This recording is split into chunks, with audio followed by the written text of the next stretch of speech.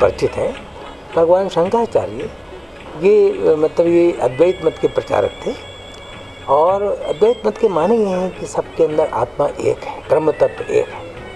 जब व्यक्ति के अंदर फिर उसकी आत्मा एक नहीं रहती, वो आत्मा ब्रह्मता का अनुभव करती है, मैं सर्व हूँ। कितना अंतर पड़ गया।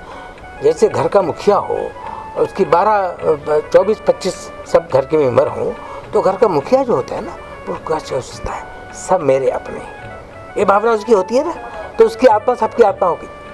तो भगवान शंकराचार्य ने उस अद्वैत मत का प्रचार किया, जहाँ पर हम अपनी आत्मा को व्यापक जो परमात्मा उनके साथ एक कर देते हैं। उन्होंने उस मत का प्रचार किया।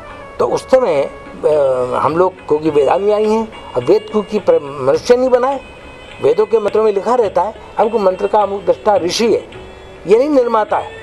तो वेदों के मंत्रों को मनुष्य नहीं बनाया। जब सृष्टि समाप्त होती है, पहले होता है तो शांत हो जाते हैं, अगली जब सृष्टि बनती है तो फिर ब्रह्मा के हृदय में आ जाते हैं और इसी परंपरा से वेदों का प्रचार हो जाता है, जो कथो ऐसा लिखा हुआ है वेदों में। तो मेरा मतलब यह है कि भगवान शंकराचार्य जब आए तो उस समय देखा उन्होंने कि वेदों का खंडन किया जा रहा है, आपस में राग द्वेष चल रहा है। जैन मत और बौद्ध मत में भी ऐसी कुछ त्रुटियाँ थी जो उनको खटकी, तो उन्होंने इन सबको ठीक किया अपने समय में। भगवान शंकराचार्य ने उन्होंने फिर एक संगठन बनाया। ये तो संन्यास परंपरा अनादिकाल परंपरा है। 4 आश्रम हमारे वर्ण आश्रम के हैं, 4 आश्रम है ना, ब्रह्मचर्य आश्रम, गृहस्थ आश्रम, वानप्रस्थ आश्रम, फिर संन्यास आश्रम। तो उन्होंने सोचा देश का उद्धार कैसे होगा, तो देश के उद्धार के लिए उन्होंने एक संगठन बनाया और संगठन द्वारा से इसमें सारे सन्यासी जुड़ जाए और 4 मठों की 4 दिशाओं में स्थापना की। आप जानते हैं 4 मठों की 4 दिशाओं में स्थापना की। जैसे उत्तर में ज्योतिर्मठ है ना, फिर देखिए अब आपके पश्चिम में जो है वो आपके वो शारदा मठ है, और पूर्व में जो है वो जगन्नाथपुरी का वो मठ है, वहाँ का गोवर्धन मठ। और इसके बाद चौथा मठ जो है वो मूल मठ है, सिंगरी मठ, वो दक्षिण में है। तो 4 मठ बनाए, सारे दिशाओं के लोग वहाँ पर आए, सन्यासी हों जो उनको धर्म शिक्षा दिया है, विद्वान सन्यासी अपना भजन करें और देश में धर्म का प्रचार करें। तो उन्होंने एक संगठन बनाया। संगठन बना क्या किया उन्होंने, तो उनका जो संगठन था तो उन्होंने सन्यासी बनाया, तो उसको दशनाम परंपरा स्थापित कर दी। ये दशनाम है ये, तो वो है सब शंकर मत के ही, शंकराचार्य के बनाए हुए हैं। जो उसका शिष्य होगा उसको वो उपाधि मिल जाएगी।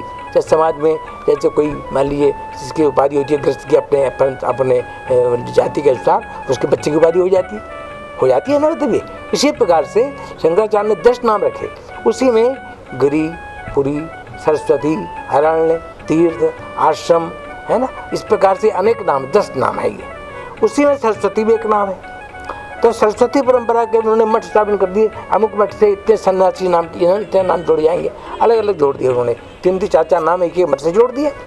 तो हमारी परंपरा जो सरस्वती नाम है, तो कोई भी नाम हो, 10 नाम है, तो संप्रदाय एक ही है वो, और मत भी एक ही है।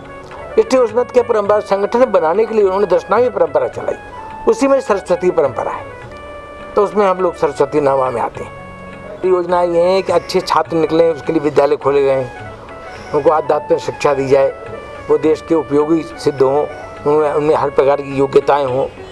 और ये भी योजना है कि देश के हर परंपरा के यहाँ पर लोग आएँ, उनको आध्यात्मिक शिक्षा दी जाए। वो भी अभी चल रही है, बराबर आगे तक चलेगी। वो जितने लोग तैयार हो जाएंगे, अधिक से अधिक हमारे विद्यालयों के द्वारा अच्छे छात्र निकलें, वो हमारी मूल योजना पहले से चल रही है, वो योजना हमारी आगे तक की है। उसमें हम जितने सफल हो जाएँ भाई, वो तो उसमें ईश्वर का भी हमको जो है सहयोग चाहिए, क्योंकि आजकल का जो वातावरण है वो प्रतिकूल वातावरण चल रहा है, इसलिए ईश्वर की कृपा भी चाहिए। हम अपने उद्देश्य में सफल, हमारे उद्देश्य जो मंडल का उद्देश्य है उन्हीं को हमें आगे बढ़ाना है, कोई नवीन उद्देश्य हमारा नहीं है। हम लोग मंडल जो है राजनीति से अछूता है, ऐसा हमारे आद्य गुरु का संदेश था कि राजनीति से संबंध मत रखना। इस मंडल में चंदा निंदा 2 का निषेध, चंदा निंदा नहीं, अपने आप श्रद्धा से जो लोग दें उससे आप काम चलाइए, चंदे की बात मत करिए स्टेज पर, और किसी की निंदा मत करिए, चाहे कोई आपने अपनी बात कहे। ये यहाँ का मुख्य उद्देश्य है, और ये परंपरा आगे तक हमको चालू करनी है कि अच्छे लोग निकलें यहाँ से और उनको धर्म का असली रूप मालूम पड़े, तभी वो धर्मनिरपेक्ष कहलाएगा। सब धर्मों का आदर करें, अपने धर्म में दृढ़ रहे और सब धर्मों का आदर करें, तब धर्मनिरपेक्षता का ये अर्थ होता है। एक बार मुझे ध्यान है, मैंने किसी पत्रिका में पढ़ा था कि मालवीय जी, मदन मोहन मालवीय, आप जानते ही हैं, नाम सुना है सबने, पुराने स्वतंत्रता सेनानी रहे हैं, देश के सेवक। तो वो कहीं रास्ते में जा रहे थे, तो उन्होंने देखा एक चर्च है, चर्च के पास एक मस्जिद बनी हुई है। तो उन्होंने उसको सिर से झुक करके प्रणाम किया, सिर जोड़ा, हाथ जोड़े, मस्जिद के सामने भी, और फिर मंदिर आया तो मंदिर जी के सामने भी हाथ जोड़े उन्होंने, और उन्होंने कहा देखो भाई, हम धर्मनिरपेक्ष इस अर्थ में है कि हम अपने धर्म में दृढ़ हैं, परंतु हम सब धर्मों का आदर करते हैं, अपने धर्म में दृढ़ हैं, क्योंकि हमको पता है कि हमारे धर्म से हमारा कल्याण होगा। स्वधर्मे निधनम श्रेया परधर्मो भयावह, ये नियम है। किसी दूसरे धर्म से अब घृणा नहीं करेंगे, वो उसके लोग वो माने, हमारे लोग हम मानेंगे। आज खेद ये हो गया जरा, लोग अपने धर्म को छोड़ते जा रहे हैं, ये बड़ी खेद की बात है। और वो मुख्य रूप से हिंदुओं में ये बात आ गई, ये और मुझे पीड़ा है। जो अपने को हिंदू कहते हैं, हिंदू माने देशवासी, भारत देशवासी को हिंदू हम कहते हैं, हिंदू कोई जाति नहीं है। भारत देश के लोग जब इस प्रकार के सड़कने लगे, अपनी संस्कृति को, अपने धर्म को छोड़ने लग जाते हैं, तब बड़ी पीड़ा होती है। हमारे भी ये कहते हैं हम अपने धर्म में पूर्ण दृढ़ हैं, सब धर्मों का आदर करते हैं, इसलिए हम धर्मनिरपेक्ष। आज धर्मनिरपेक्ष का लोग मोटा मोटा कहते हैं धर्महीन। हमारा देश धर्महीन है क्या? नहीं, हम सब धर्मों का आदर करते हैं, अपने धर्म में हम दृढ़ हैं।